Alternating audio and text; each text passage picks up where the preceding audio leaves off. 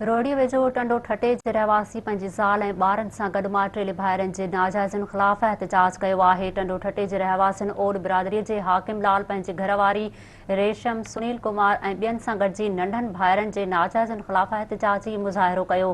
एहतजाज कंदड़ इल्ज़ाम हयो आहे त मुंहिंजा नंढा भाइर सुधीर, नदीम, रमेश, अजय जेके मुंहिंजा माटेला भाइर आहिनि ऐं ख़ैरपुर जे फैज़ आबाद वारे इलाइक़े में रहनि था। उन्हनि असांजे ख़िलाफ़ ऋण ॿारे ॾिनो आहे ऐं असांजो जीअण जंजाल करे छॾियो आहे। उन्हनि चयो हो त माण्हुनि सां फ्रॉड करे ॾेती लेतीअ जे मामलनि में कर्ज़ी थी विया आहिनि ऐं हाणे असां खां पैसा फुरण लॻा आहिनि ऐं हुननि जा कर्ज़ी बि असां खां पैसा वसूल करण लाइ धमकियूं ॾेई रहिया आहिनि। हुननि वधीक चयो आहे त असांजे अबनि ॾाॾनि जी का बि मिल्कियत नाहे जो हुननि खे हिसो ॾियूं या हुननि जे कर्ज़नि मां जान छॾायूं।